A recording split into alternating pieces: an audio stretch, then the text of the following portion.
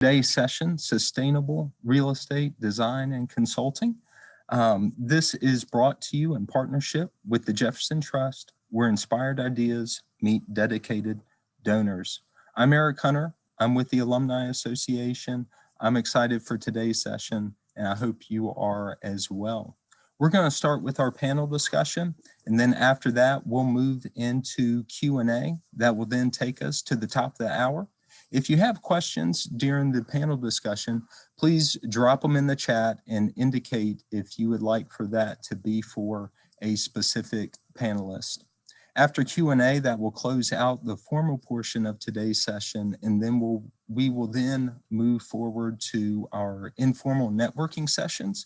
We'll do 3 sessions, 10 minutes each, with the focus there of being on networking and connecting with fellow alumni that are also joining us today. So just a quick reminder before I turn it over to our moderator, keep your mics muted and videos off during the panel discussion and also the Q&A, and we'll turn those on right before our informal networking sessions. I now want to turn it over and introduce our moderator, Sam Roberts. He's class of '98 of the A School and also earned his master's degree from there as well in 2001. He's currently located out of Atlanta with Delta Airlines as their general manager for Sky Club Design and Facilities. Sam? Thank you, Eric. I appreciate it. Just confirming everybody can hear me. I had a few audio issues earlier, so hopefully this is all good. I see some thumbs up, so that's good.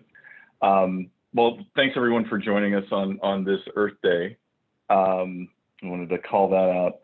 The topic here is obviously sustainable real estate and consulting, design and consulting, but I think in the context of everything that's going on today, and the expertise that we have assembled here, I want to try and tie a lot of these things to current events, current topics. So obviously COVID-19 has roiled everything over the past year. One of the things that was on the topic list here was the question of maximizing ROI, right? So in my mind, in order to maximize ROI, you have to establish what is valuable and take that definition of value into everything that you're doing. So I guess my first question to the panelists is, looking at your practice, what has been the impact on your practice of the pandemic, and specifically related to things that you've seen relative to value and your owners, investors, end users, the things that they're bringing up. And I'll just remind you guys to take yourselves off mute because I almost forgot myself.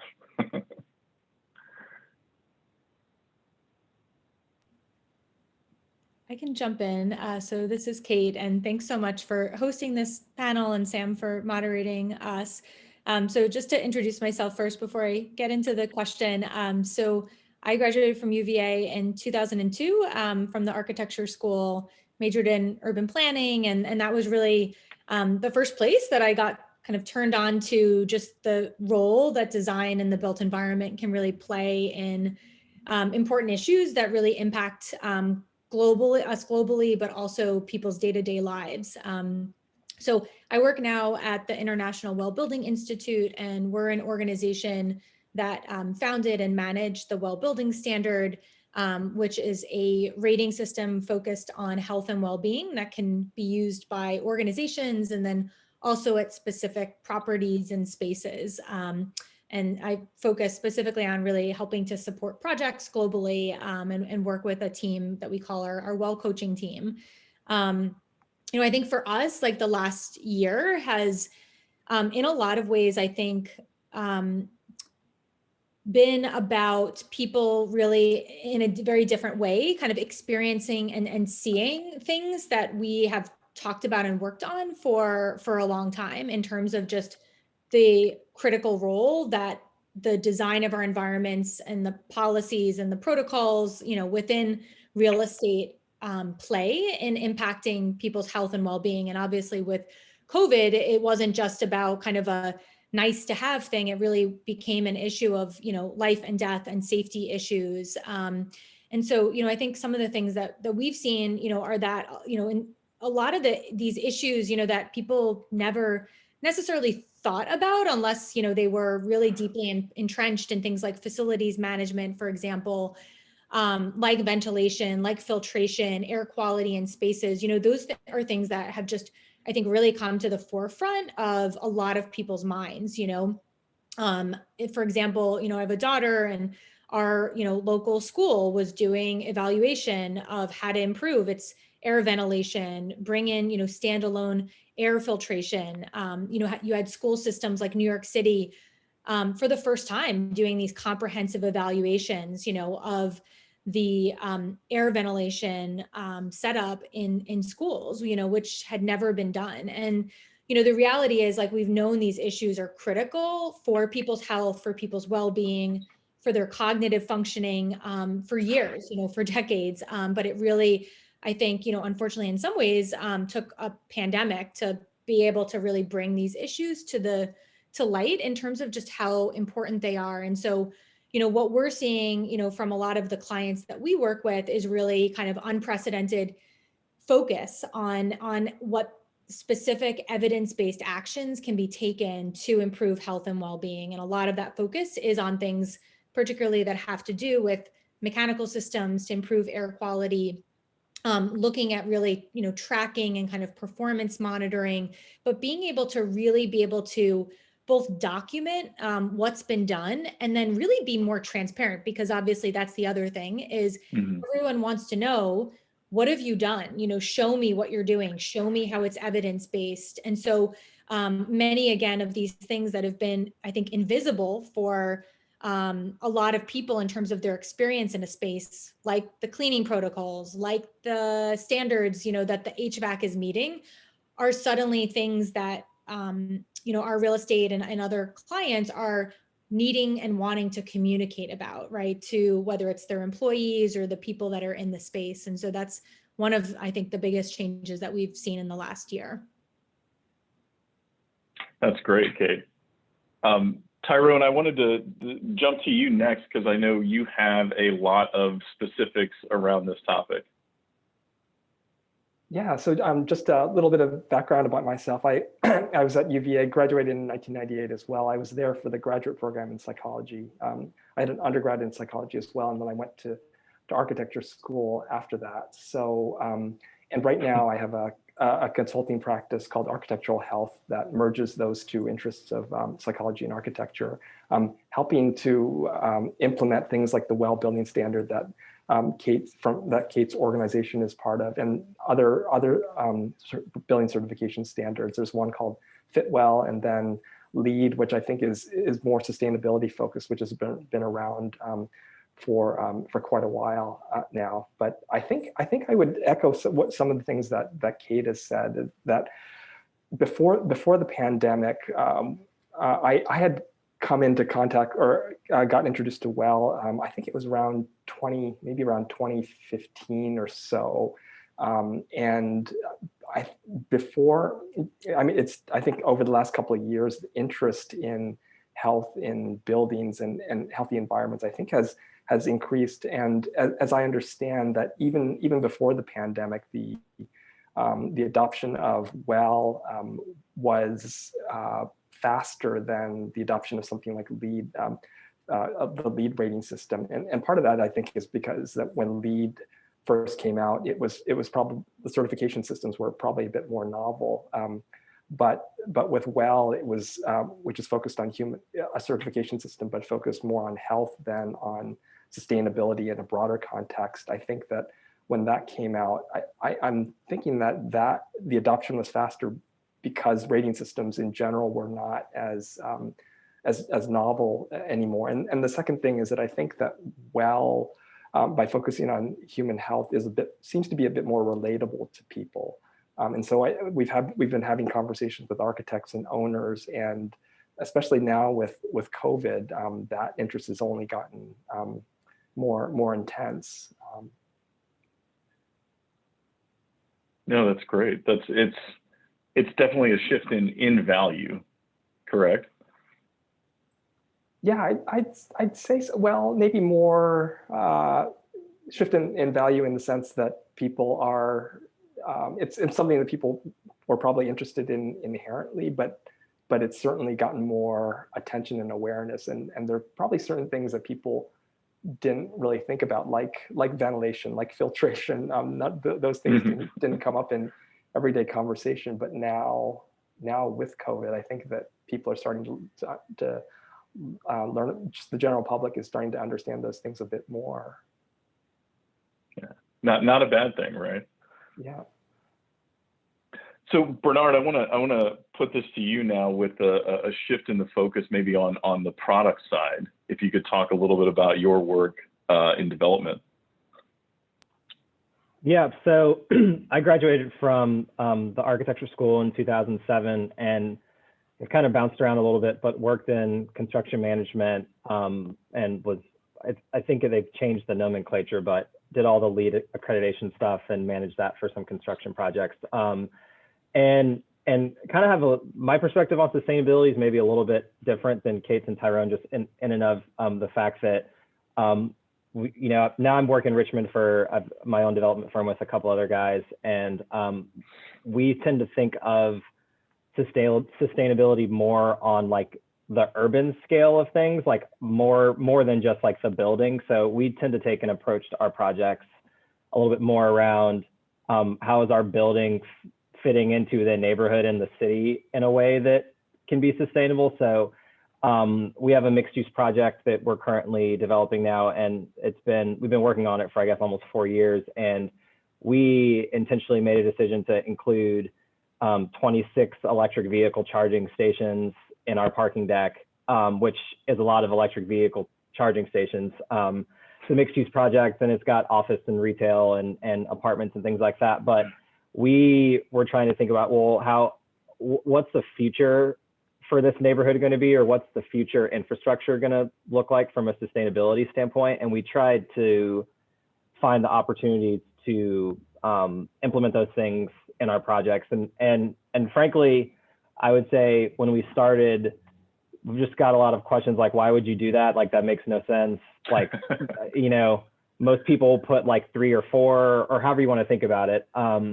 But we kind of made that decision that wasn't something that of value to us, and kind of fast forward to today, in the COVID environment and things. And, we have a 70,000 square foot office building that we just leased half of it for. But the consistent thing that has come up over the last 6 months, 7 months specifically, is office tenants looking for specifically new office space, right? Like, Richmond's a market that's got really great adaptive reuse projects and office space. But what we found is that there was a huge interest in people looking for new, because new meant we've got a brand new VRF system can have some specificity on ventilation. We've got lots of natural light. We've got kind of I hate saying this, but the kind of live, work, play environment where hopefully when as a company, your office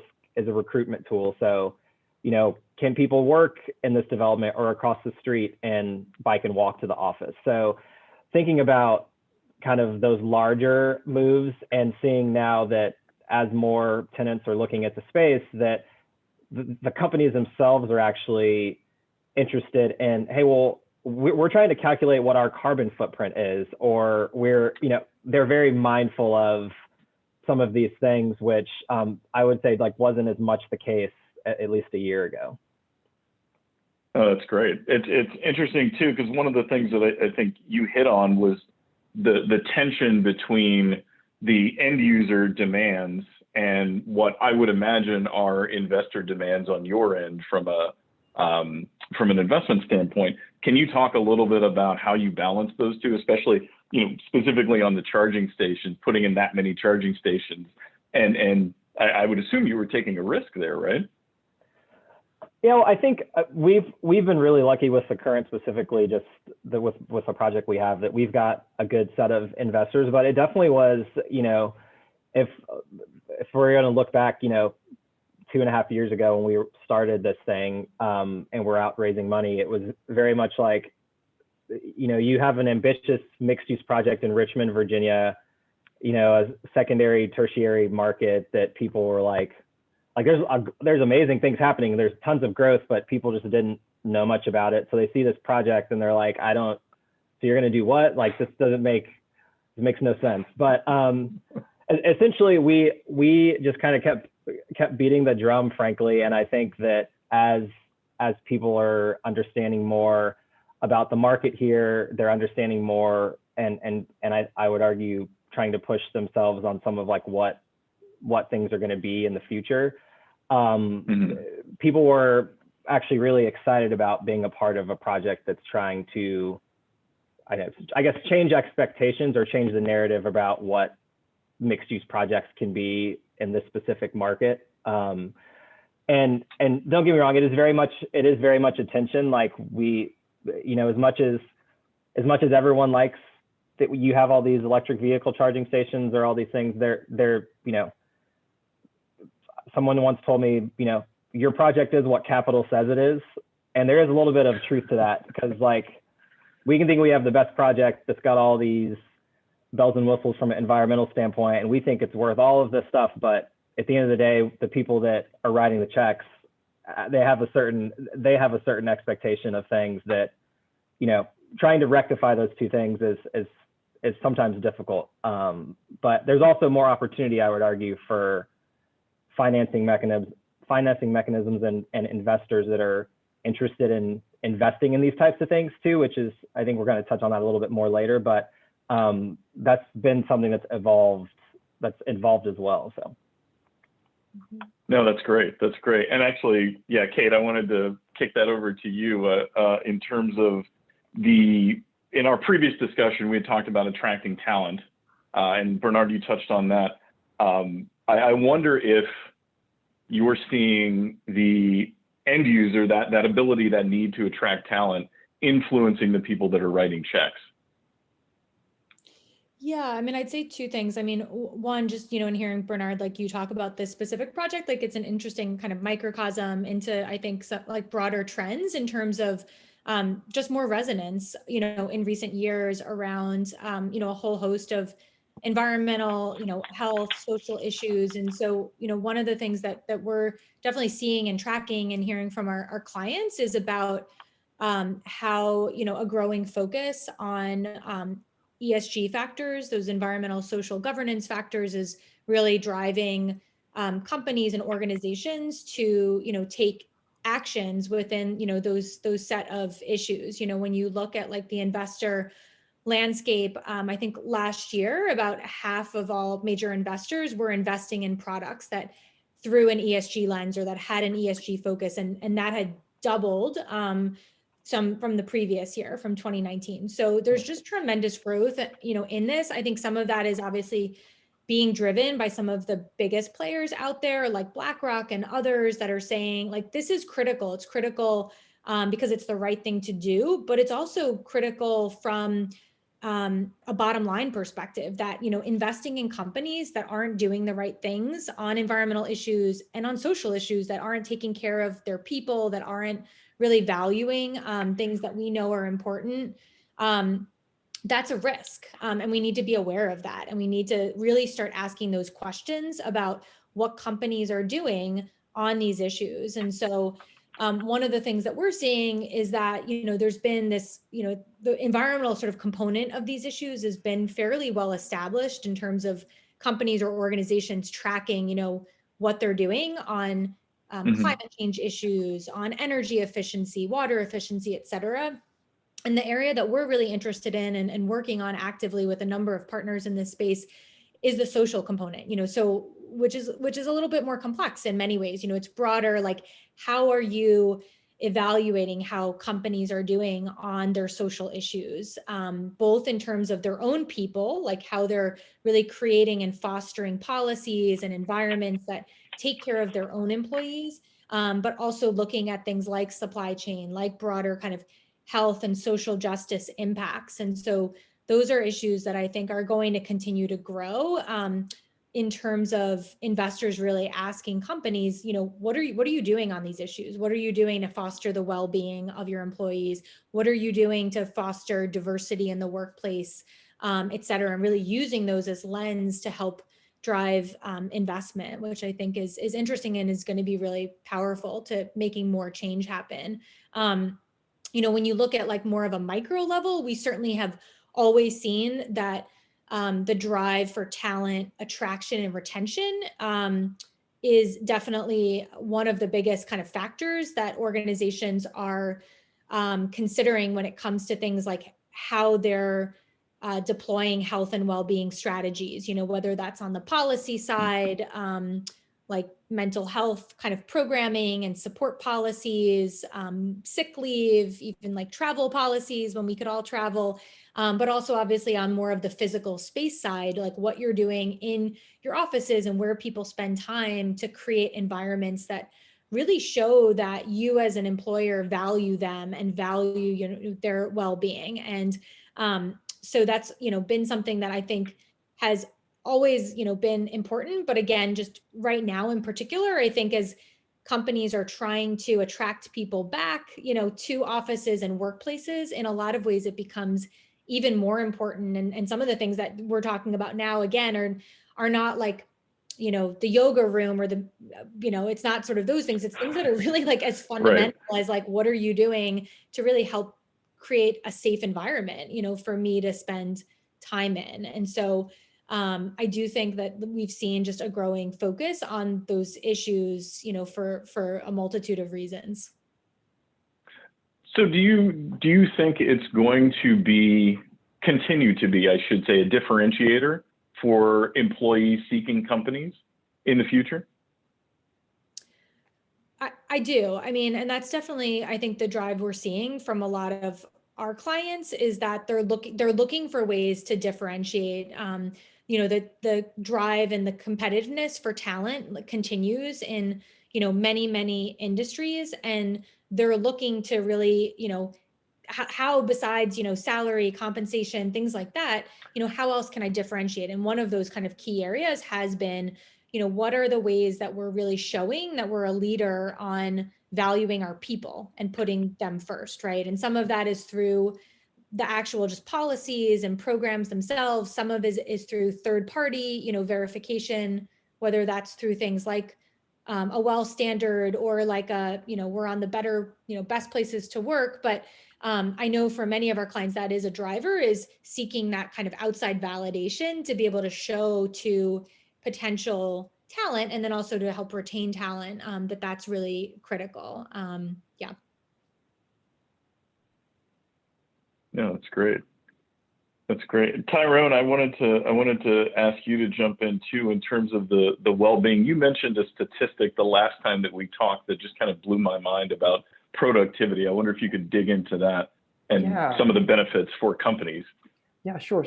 So I think one of the interesting things about considering people in buildings is that people are really, really expensive. And so, but at the same time, measuring something like productivity has always been a little bit harder. And I think people have found ways to do that a little bit better now. But the statistic that Sam is referring to is a meme called 330-300.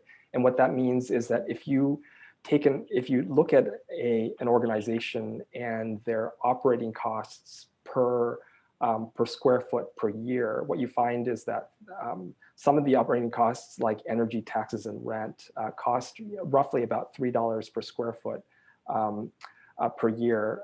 Rent is about $30 per square foot per year, and salaries are $300 a square foot per year. And so what that's saying is that a 1%, if you can increase the productivity of your organization by 1%, that amount of money that you're saving is equivalent to the energy expenditure of your building for so it's if you consider productivity and health in the equation and you quantify that, it really makes a big difference. It's unbelievable. Yeah, I was just gonna jump Go in. ahead, Kate. I'm sorry. Oh, yeah, I was just gonna, I mean, jump in and say, and yeah, some of this can be quantified on, that side. There's also like a great statistic about engagement of employees, which is sort of like a big issue with like many of the clients that we work with. And how excited, and engaged are your employees to do their job every day. And that if you have disengaged employees, it actually costs you about a third of their salary. And so, how do you, like, what are the ways that you can really help to foster that engagement? And obviously, the issues that we're talking about, they're not a silver bullet. They're not going to solve everything. We're not trying to, we can't change people's like Sure. exact job functions. But we do know that the places, the environments that people are in and the benefits that they have in a workplace and just their, the feeling of sort of the culture of their organization makes a huge difference. And those are things that employers can take concrete steps to improve. I think one of the things we always recommend that's very fundamental to us is really doing surveys and focus groups and really engaging with your employees and your stakeholders to understand what's important to them. Because that kind of first step of listening to them is a really powerful sign that you actually then care about taking some action to improve things. We have a client in London that they were moving their office space, and in doing that kind of survey before they moved, they found out that some of the biggest areas that people were dissatisfied with were the lighting and the acoustics in the space. And so they said, okay, Really?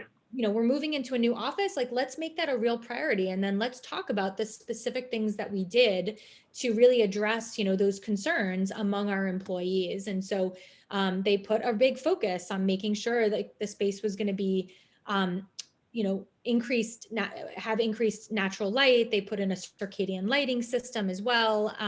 They really put a focus on having quiet places for people to work, like soundproof booths, et cetera. And we're able to really have a dialogue with employees and saw substantial increases in their post-occupancy survey that they did, I think, as a result of that and other changes that they made. So I do think it's, it's also just a testament to like, this doesn't need to necessarily be really complicated. Yes, a lot of these things can be measured in a more quantitative way, and that's really critical, is that kind of environmental monitoring. But it also, at the end of the day, is about having the people, that work for you, that your stakeholders, your tenants, feel engaged, feel happy, feel like you're responsive, to their issues and concerns. And so I do think things like as simple as kind of that type of survey and regular engagement can really make a big difference.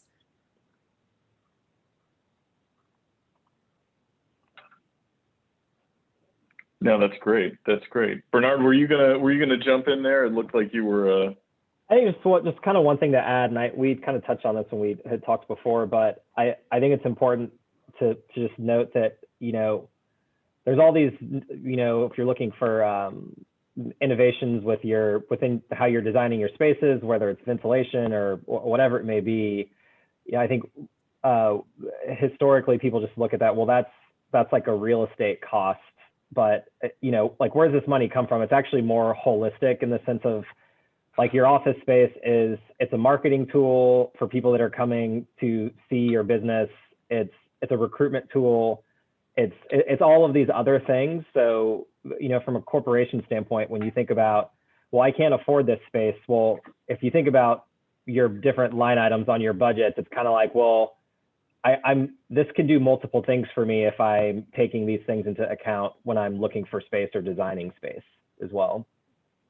Yeah, I love No, that. that's great.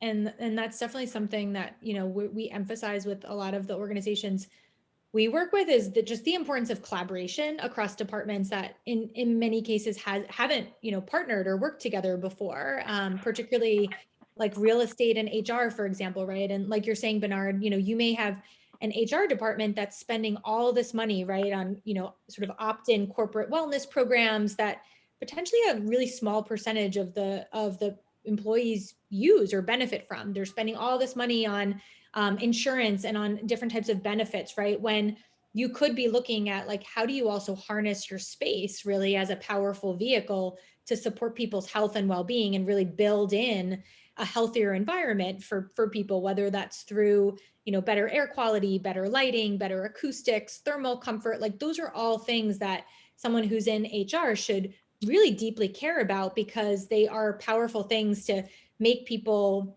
feel more supported, be more productive, feel better. And so I think that kind of partnership is something that we're starting to see more of in with clients and organizations that we're working with. But it's in many cases, it really hasn't been a collaboration that has existed for a long time. So I think that's such a great point, that this really should be looked at as a more holistic approach, and one where there's just a lot of opportunities for collaboration together between departments in terms of trying to achieve those broader goals. That's an excellent point, and it puts it into context, really. I mean, when we start talking about it, almost comes full circle to the beginning of this discussion with value and how we assess value and what that means to organizations. Actually just made me think of, again, one of the comments that you made earlier in terms of people focusing on facility issues that are, have traditionally been forgotten, bringing those to the forefront.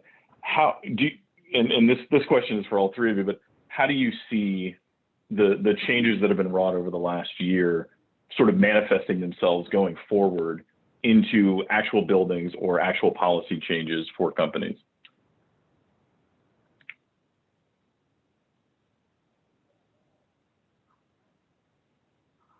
Maybe I'll pick on Tyrone to start if that's all right. Yeah, sure. Yeah, I think I would echo some of the things that Kate has been talking about. That the idea that there are these silos that in organizations, that HR has their own budget and their own goals, and that seems to be separate from people in corporate real estate who have a certain budget to try to get their project done. And it seems like there's less crosstalk than would be ideal. And so when we've talked to people in corporate real estate, we do have that sense. And I think probably, it probably, hopefully this is something that this is a culture or practice that will slowly evolve, but it probably needs to involve people who are in the C-suite, who have a bigger, kind of a broader conception of what the organization is about, to be able to provide the leadership or to change some of those practices, and have HR in the conversation early in the planning of a project and that's probably something that is new to organizations. I think definitely something that hasn't been done historically. Yeah, I would say, I guess just to build on that, I think, some of the things we're seeing, is increasing kind of trends from the clients we work on. One is on the tenant side is a realization of some of the fundamental aspects of a base building that they should be looking for. And in fact, some organizations that we're working with, including a major financial company, is now, writing into their leasing standards certain requirements for the base buildings that they'll lease in, that do involve, across the spectrum, standards for ventilation and filtration and certain kind of performance tested characteristics. So I do think you have tenants that are getting more savvy about the kinds of buildings that they will lease in, and asking those kinds of questions, because obviously it's harder on their side. They can, of course, have their own policies and protocols, within their own space, but they're so impacted by many of the things that are just built into the base building design and operations, essentially. So we're seeing sort of a lot of our clients start to really be able to ask those questions. And then as they're looking for opportunities to move or to lease new space, to really build that in. I think, another thing we're seeing a lot of interest in is really performance testing and sort of looking in a way. And I think that, you know, COVID has kind of amplified this as well, that this idea of just, you know, kind of using science and information and evidence to really be able to have more transparency around what's happening in a space. And so we're also just seeing a lot of interest from clients that we're working in on, you know, how do I do more of this type of regular air quality testing and water quality testing? Like, how do I know that I'm actually getting the impacts and the environment that I want to, and that from an evidence-based perspective is designed in a way to really operate, you know, to support people's health and well-being. And I think we're going to see a lot of growth in that area in the future in terms of bringing down the costs of this, making it more feasible to do this on a regular basis. You know, in the future, like we could have a future where it's not unusual, you know, to have just real-time air quality data in the spaces where we're spending a lot of time. And I think that's already happening in, you know, many of the projects that we work on, certainly.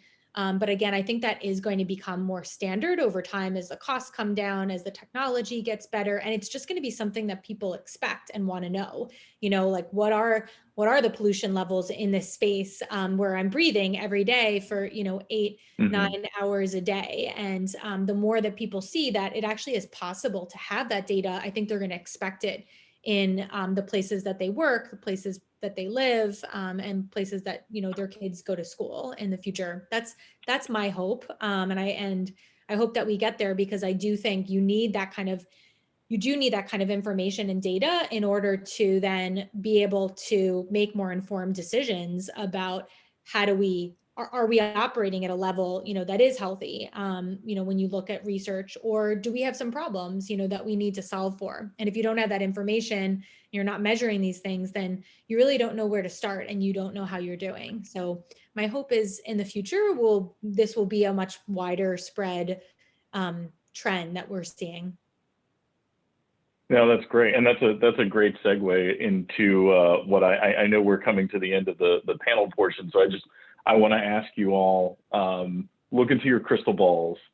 What do you think, what do you see in the real estate industry, building industry, and the consulting industry over the next 5 to 10 years? What things are going to stick? What things should we be looking out for? I can go. I just, as a general statement, I think that if you kind of well, I guess what they call it now, prop tech, that's the coin name for real estate technology innovation. But I think that there's just going to be a continued sustainability being included with this, but just the idea of like real estate as a product, just like, you know, you go to the grocery store to buy things, like, you know, your building is a product as well, and your building should be, you have certain expectations around what that product's going to do for you. So kind of to Kate's point, you know, what's the indoor air quality, or what's the, you know, the readily available data and information as it relates to these spaces, I think is just going to continue to be more prevalent, especially as people are working from home. And, you know, at least from a couple of larger companies I've talked to, like some of the remote work is not necessarily going to change. Like there's certain departments that are more efficient at home and they want to work at home. So what does that mean when they have to come to the office, and how you think about touchdown space, and is it available or is it not? So I just think there's going to be all sorts of continued innovations on the kind of real estate technology front of things. Oh, that's great. Yeah, that's a Tyrone, what is your crystal ball telling you? No, I think that's a great point, Bernard, that Bernard was making about, well, and Kate, about we should know if our buildings are healthy. Like there should be something like an ingredient label to let us know, like just like the foods that we're consuming. And I think that with these technologies, that the fact that that technological innovations tend to become better and better and cheaper makes them, I think there's a possibility that these things become a lot more ubiquitous, and you have an awareness of things you'll start to have an awareness of things that in the past you may not have been aware of. For instance, just the wearable technologies. If there's a study that looks at, I think there've been a handful of studies looking at people with windowless offices compared to people with offices and windows. And basically the finding is that if you study these people with Fitbits and you look at their sleep quality and how much they sleep, if you don't have a window, you'll sleep 40 minutes less per night. You won't sleep as well. And I think most of the time when we're not feeling so well during the day, it's not really clear exactly what the cause is. I mean, it might just that you might be all sorts of things, but once you start having these kinds of technologies and being able to measure things, I think you start to have a better awareness of ways that the built environment could potentially impact your health. No, that's great. I'm thinking as you were talking, I was thinking, knowledge changes behavior, right? So the more information that you have, the more you could potentially influence or allow people to influence the space that they're in and the space around them. And yeah, Bernard, I was thinking too about the prop tech and thinking of real estate as a product. I'm already starting to see that on a micro scale in the housing market here in Atlanta. So curious to see how quickly it scales up to larger development scale. So I'll just, I know Eric's going to come back on in a second, but just any last thoughts from any of you? I know I could talk about this stuff all day, really. Hey, before I get into questions, just pop it over to Kate. Just kind of wrap us up on the crystal ball aspect there. Sure. I mean, I feel like I would just echo what's already been said, actually, in terms of, I do think just, the COVID pandemic has kicked off just a level of just heightened awareness about the connection between design or environment and people's experience and their safety and their health. And I think that that's going to continue to spark just growing demand, essentially, for spaces that respond to that and real estate that responds to that. And then I definitely agree with just the impact that technology is having on our spaces as well, in terms of providing, just a lot more transparency and awareness also to the people that are using those spaces. So would just echo that as well. And I'll be really interested to see, I saw a comment in the chat just about, long-term impacts of, remote work and the pandemic and office space coming back. And I do think, like, particularly in some industries and for some companies, it likely is going to have long-term impacts in terms of more, seeing and appreciating that more people can work remotely. And so I think, like, the question then becomes, like Tyrone, you were saying, what's the adjustment for the physical spaces? Like, what is the goal of an office in the future? If it's not a place where all of your employees are, if it's not a place where everyone is day to day. And then I think, the only other thing I'll just say too, that I'll be interested to see is, like, what companies are doing also to support their growing remote workforce in terms of really helping them to also set up at home in a way, that helps them be productive and have environments, that are quiet, that are, set up in an ergonomic way. Like, what is going to be that level of support? And is that something that is going to be purely done through HR and our HR function? Is real estate going to be involved in any of that? Like, are there going to be satellite spaces that people can go to when you have a critical mass of people, even if the HQ is somewhere else? So I do think, because as much as I think people like working remotely, I do think there are so many benefits that people have from coming together, periodically. And so I think companies are going to be thinking about how and when do we foster that, and how do we set up spaces, in order to do that, depending on, how their workforce is distributed. That's great. Thanks. So Kate, first question, we're going to stay with you. Obviously see the WELL certification when we go into, businesses on the commercial side. Do y'all currently have anything certification on the residential? If not, are y'all looking to develop one? Yeah, great question. So we do currently, we certify multifamily residential buildings, basically. So those are ones certainly where the base building, the common spaces, and then depending on, the extent of the fit out in the spaces, we have strategies that can be integrated into those spaces. We've had a lot of interest over the years in looking at opportunities for well in single family homes, which we currently don't work with directly. And so we're actually just now kicking off a home, what we're calling a homes advisory. If anyone's interested, feel free to get in touch with me and I'll connect you to that effort. But where we're basically going to be looking, over the course of several months at opportunities and potential needs in the single home space as well, particularly for developers that are building building in this area where there's more of an opportunity to impact the design at scale and operations at scale. So it's something we're actively looking at. If anyone's interested, definitely feel free to get in touch with me.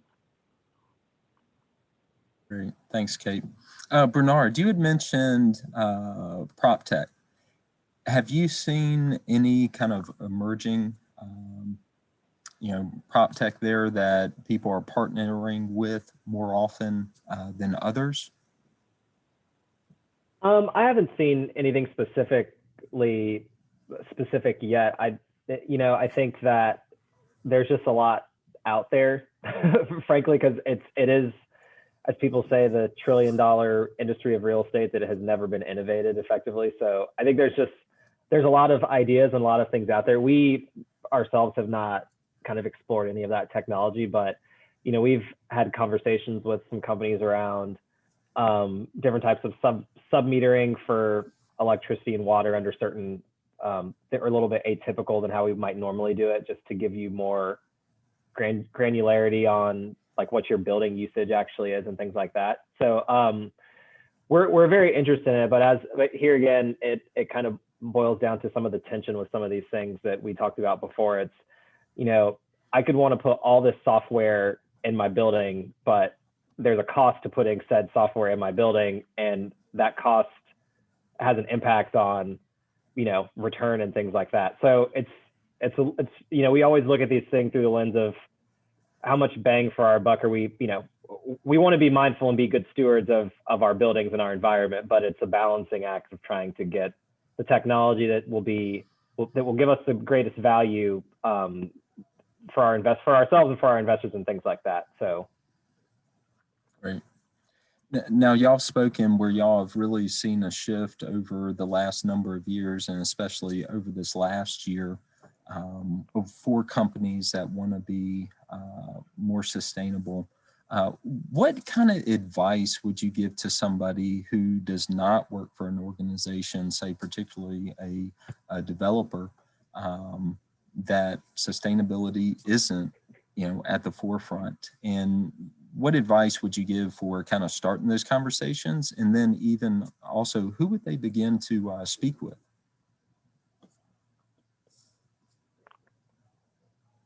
Yeah, I can jump in. I mean, I'm definitely a believer in just like you have to start with people where they are and what you think will be most motivating for them. And I think the good news is that, the sustainability issues that we're talking about have so many different benefits, right? It's not just about improving and saving the planet, or even just improving people's health. Although I would hope that most people would care about that too.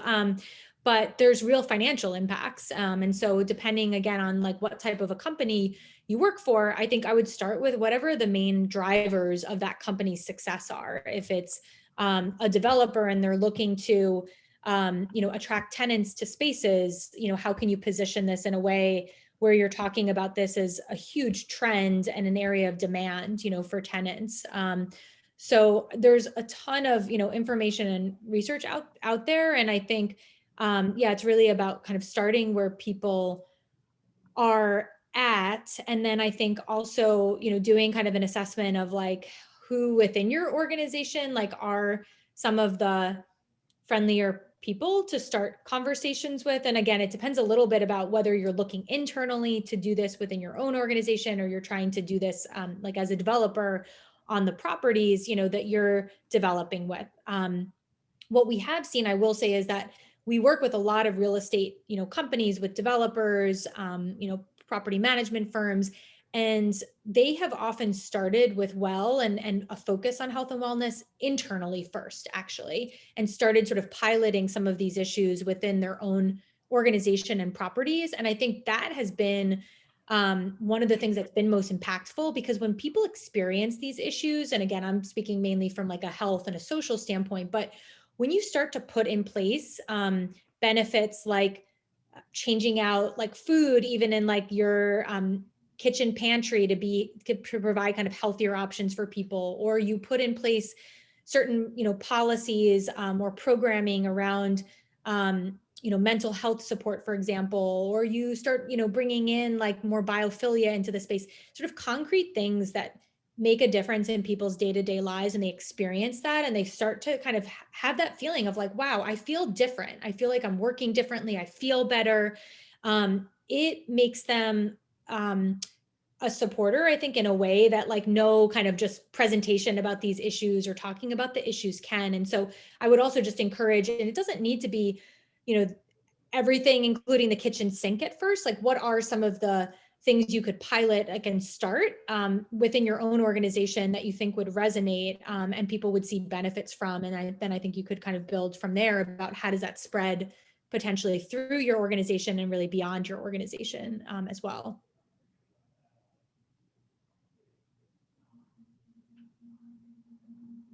That's great. Thank you. Anybody want to add anything to that? It is probably this attitude change is probably a gradual thing that I was just thinking that a couple of weeks ago, I was listening in on a webinar, and one of the panelists was talking about at the beginning of the green movement, companies adopting sustainable features in their properties and their buildings. And it seemed at that point that there were companies that were doing this more as greenwash, not completely believing in it at first, but then over time, after having tried it, they started to realize some of the benefits and started to actually believe that this is the right thing to do, and this is something that would benefit them. So I think that there is probably this attitude change process is probably a gradual thing. And I guess the other thing I think about is that just in the wake of COVID, I was reading a study by McKinsey that was saying, I think they've surveyed 300 the CEOs of 300 companies who are saying that they are planning on reducing their office footprint by something like about 30%. And so it seems like, well, if the demand for offices is going down, then that's only going to increase the pressures for property owners to find some way to differentiate their properties. And it seems like sustainability and health, those are things that could make you stand out. And so I think having those conversations and trying to understand what the needs of property owners, developers, and organizations are from that kind of financial perspective, I think that's a good way to get in to start to implement change and get these conversations going. Great, thanks, Tyrone. Hit on the next question here. So what are y'all seeing? What are you seeing in product mix shifting away, kind of what you were saying, Tyrone, a little bit of, that footprint of office. So shifting away from office as a place to work to more of less office and office as a place to meet. So really a change in the purpose of the office. And so if that demand is increasing, kind of second to this is what's absorbing that space.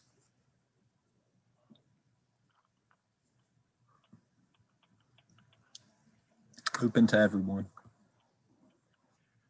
Yeah, I guess just one thing I can chime in. So I guess in Richmond specifically, there's been, there's a lot of office space for, and here again, like we had seen, there's definitely space that you could get for there's less expensive space in the market. But what we have seen is that people are interested in having their office space located amongst other neighborhood amenities of sorts, right? So, our office building is close to the James River. It's close to, hiking and biking and things like that. It's part of a mixed use development, and there's tons of mixed use development happening around it. So I think people have identified, well, if I'm going to have an office space that's going to be, if I was in 100,000 square feet and now I'm only in 60,000 square feet, like I really want that 60,000 square feet to work for me and be differentiated than just like,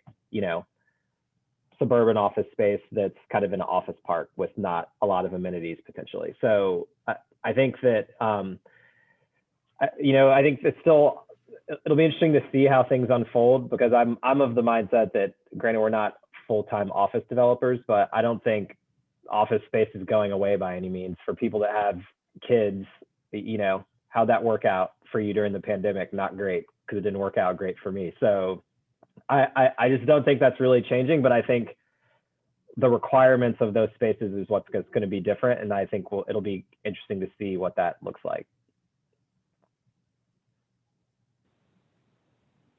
Yeah, I mean, I'll jump in here just briefly because Bernard, you're absolutely right in terms of the impact of the pandemic on my desire to go into the office in the first place, and the justifiable need for the office. I will step back and say, from a product standpoint, I think as maligned as they have been over the last few years, WeWork really did hit it out of the park when it came to finding the sweet spot between meeting space, hoteling, office space, and how flexible that could be, and nailing it within the context of more of a social aspect of the office, rather than you coming in, sitting in a cubicle for 8, 10, 12 hours a day and working. I think they, with all of their faults, they did find a balance among the social aspect, why people actually need to be together, and why, to your point, Bernard, I don't think the office is ever going away, and the need for quiet work and developing on that front. So it's good. I'm going to slide one more question in here before we move to our networking session. So how do you think location, where your project, building, or company is located, plays into its sustainability?